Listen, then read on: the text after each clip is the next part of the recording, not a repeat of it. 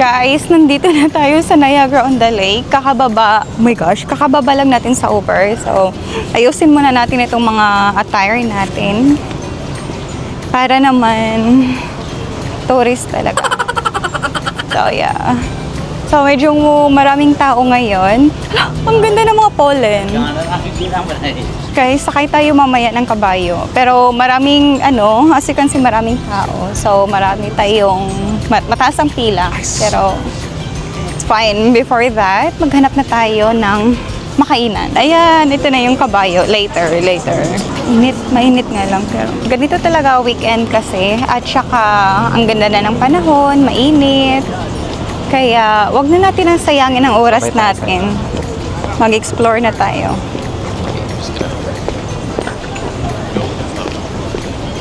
Go with the flow.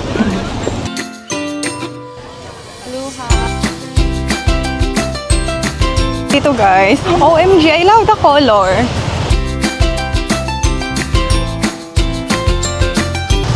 Bumukadkad na sila. Bumukadkad. Pretty. Super pretty. Ang cute ng door.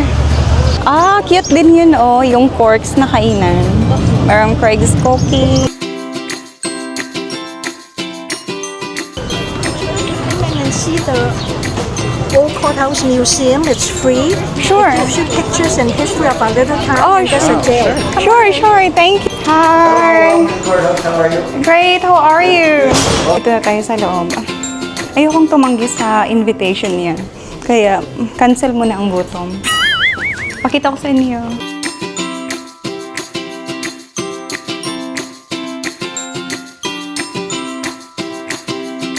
Oh my gosh!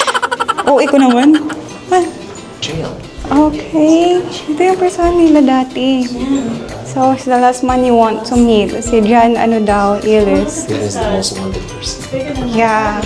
So, si Sheriff's House, triggered Rosedale glows. Rosedale. What's the name? OMG.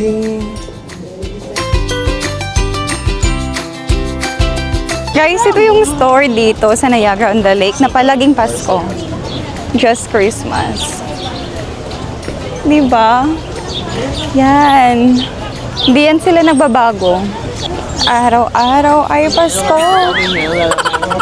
Oh, ang bango.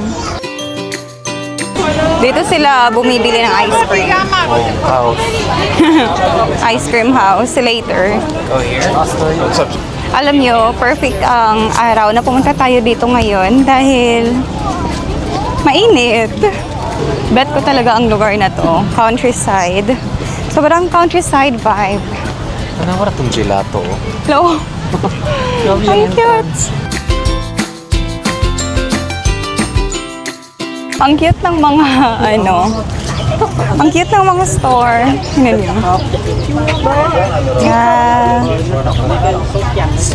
Parang pang princess vibe. Saan ba tayo kakain? Anong gusto? Anak ka na. Halos lahat kasi ng mga resto ay puno. Dahil, Ano ka na may palinya? sige, try natin.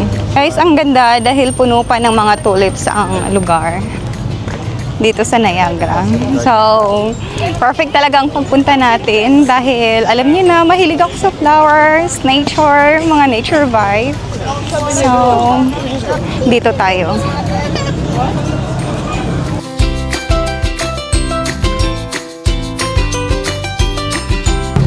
Yung sa grill na sinabi ko kanina, Breakfast. doon na kami kumain last time nung pumunta kami dito ng mga friends ko. Oh, medyo mahaba ang pila pero sige na. She telling me Umila na tayo. Cute ang sa loob. Parang may pagka-antique. No? We're here. Buti na lang dito tayo. Thank you. Maganda yung view natin, guys. Guys, pasensyahan nyo na ang gulo ng hair ko. So, nakaupo na tayo. Ano bang orderin natin? Anong gusto niyo, guys? Anong prefer niyo? Wait lang, pili muna kami. Hey guys, so update, nandito na yung food natin and sakto, malapit ang 4 p.m. And yeah, so ito yung in-order natin. Buti lang naka-order tayo nito. And alam niyo ba, mura lang siya. hindi siya like, nag-expect kasi ako na sobrang mahal. Dahil nga, di ba, ang ganda ng location, ang ganda ng area, pero hindi siya ganun kamahal. Affordable lang.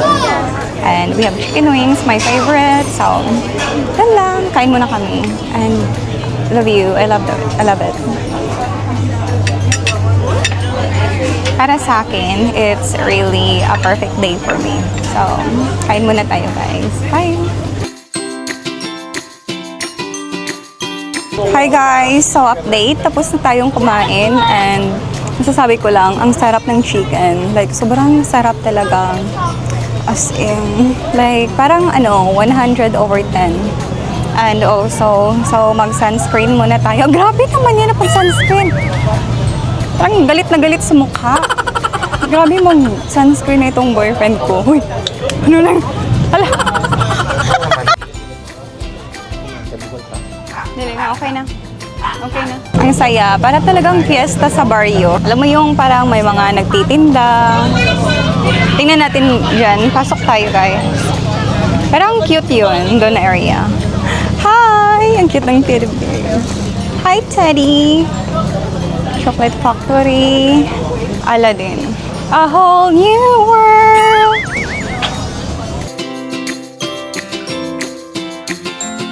Guys, tumawid tayo dito sa kabila. Diyan tayo kanina, oh. Doon. So, dito na naman tayo sa kabila mag-explore. Ano yan? Mga sabon. By the way, long weekend pala ngayon dahil bukas, Monday, holiday dito sa Canada. Ang daming ice cream. Later na tayo mag-ice cream dahil katatapos lang natin kumain. Ito, Dairy Milk.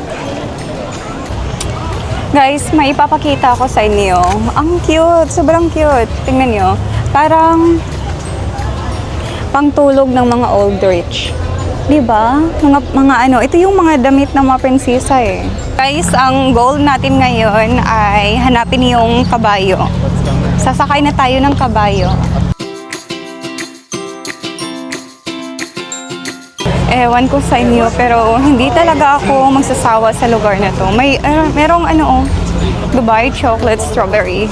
Buti na lang busog ako para hindi tayo gagastos. Ang cute ng store. The Maple Syrup Store.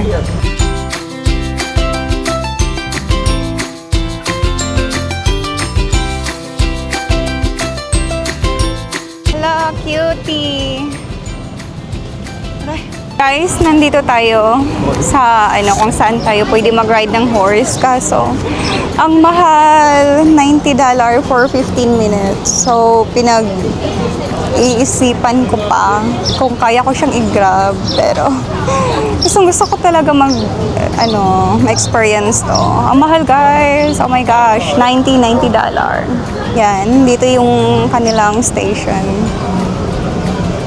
Hi guys, update. Nakakuha na tayo ng ticket. 101 lahat, including tax. So, $90 plus 13% tax. OMG. So, 5 pa. Babalik tayo dito, mga 5:45. So, pwede pa tayong mag-picture-picture. Kasi wala pa akong picture. Mag-explore.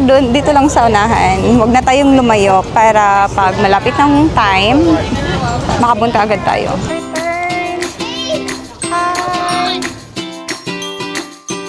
Dito na tayo, guys.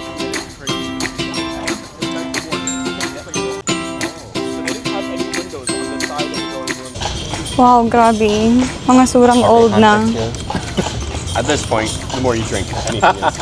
Yeah, You sobrang ask two old people pero one hindi story, you'll halata. get two different answers.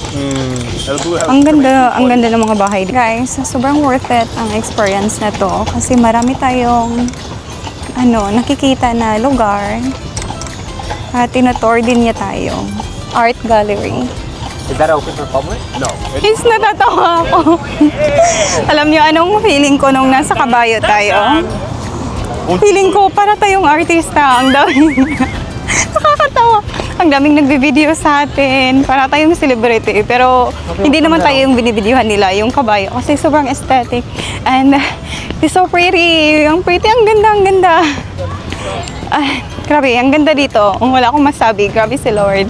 Alam mo yung Sobrang simple ng mga design ng bahay, pero ito yung mga tinitingnan lang natin sa movie dati eh.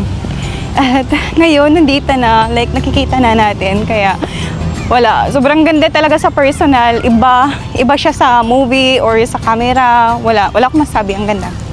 Yung train na sasakyan natin is mga 8 p.m. pa.